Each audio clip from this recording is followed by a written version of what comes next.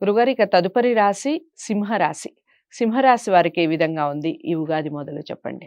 సింహరాశి మఖా నక్షత్రము 4 పాదాలు, పుబ్బా నక్షత్రము 4 పాదాలు, ఉత్తరా నక్షత్రం 1 పాదం సింహరాశి అవుతుంది. ఆదాయం 2, వ్యయం 14, రాజపూజ్యత 2, అగౌరవము 2. ఇది ఇలా ఉన్నప్పటికీ ఆచారాలు బాగా పాటించడం అనేటువంటిది జరుగుతుంది. పెద్దవాళ్ళ నుండి మనకు వచ్చేటువంటి ఆచారాలు ఎక్కువగా ఈ సంవత్సరం మళ్ళీ గుర్తు చేసుకొని పాటిస్తారు. గౌరవం పెరుగుతుంది సంఘములో, మీకు సమాజములో మాటలకు విలువ పెరుగుతుంది. మీకు మీ మాటలకు గృహలాభం ఉన్నది, ధనలాభము కూడా ఉన్నది.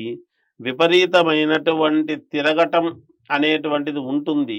ఎంత తిరుగుతారో అంత లాభం అనేటువంటిది గడిస్తారుగాక. భోజన సౌఖ్యం అంటే సమయానికి తిండి, నిద్ర అనేటువంటివి రెండూ కూడా ఈ సంవత్సరము మీకు లభిస్తాయి. శారీరక శ్రమ అనేటువంటిది ఉంటుంది. రోగ నయం అంటాడు. అంటే ఎప్పటి నుంచో అనారోగ్యముతో బాధపడుతూ ఉండేటువంటి వాళ్ళు, ఈ రాశి వాళ్లకు ఈ సంవత్సరము ఆ రోగం అనేటువంటి మాట లేకుండా పూర్ణముగా ఆరోగ్యవంతులుగా ఉంటారుగాక. స్త్రీ సౌఖ్యం, శుభకార్యాలలో జయం కలుగుతుంది. అంటే శుభకార్యాలు చేస్తారు. సోదరులతో చిన్నపాటి విభేదాలు అనేటువంటివి ఉంటాయి. ప్రయాణ లాభం అంటాడు. ఎక్కడికి ప్రయాణమై వెళ్ళినా ఏదో ఒక లాభం అయితే మీకు వస్తుంది గాక. ఏదో అనుకోకుండా వెళ్ళాను, నాకు ఇది జరిగింది, వీళ్ళు పరిచయం అయ్యారు, ఇలా చేశారు, అలా చేశారు, ఇలాంటి మాటలన్నీ కూడా వస్తాయి. కోర్టు పరమైనటువంటి వివాదాలు ఏమైనా ఉంటే ఖచ్చితంగా మీకు జయం కలుగుతాయి. భూ క్రయ విక్రయాలలో అధిక లాభాలు అనేటువంటివి పొందుతారుగాక. విదేశాలకు వెళ్ళాలి అనుకునేటువంటి వాళ్ళు తప్పకుండా వెళ్ళటానికి కావలసినటువంటి నిర్ణయాలు తీసుకోండి, మేలు జరుగుతుంది. మామూలుగా ఉద్యోగాలు కావాలి కొత్తగా అనేటువంటి వాళ్ళు అప్లై చేయండి, తప్పకుండా మీకు ఉద్యోగాలు లభిస్తాయి గాక. విద్యార్థులకు చాలా అంటే చాలా మంచి యోగవంతముగా ఉన్నది.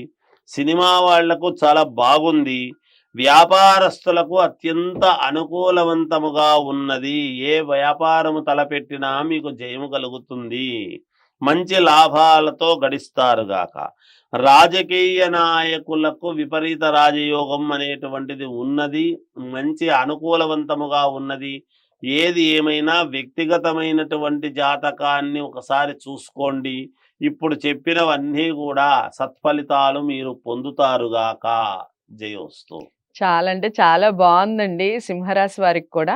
ఇక మీరు అనుకున్నవి అనుకున్నట్టుగా అనుకున్న తడవుగా జరగాలి అంటే దైవారాధన విషయం గురువుగారు చెప్తారు, ఒకసారి పాటించి చూడండి. చెప్పండి గురువుగారు, దైవారాధన కానివ్వండి, అలాగే రంగుల విషయం చెప్పండి. మామూలుగా ఏ దైవాన్ని ఆరాధిస్తే మీరు తప్పకుండా ఈ సంవత్సరం అంతా సఫలీకృతులవుతారు అంటే శివారాధన చెయ్యండి, గోసేవ చెయ్యండి.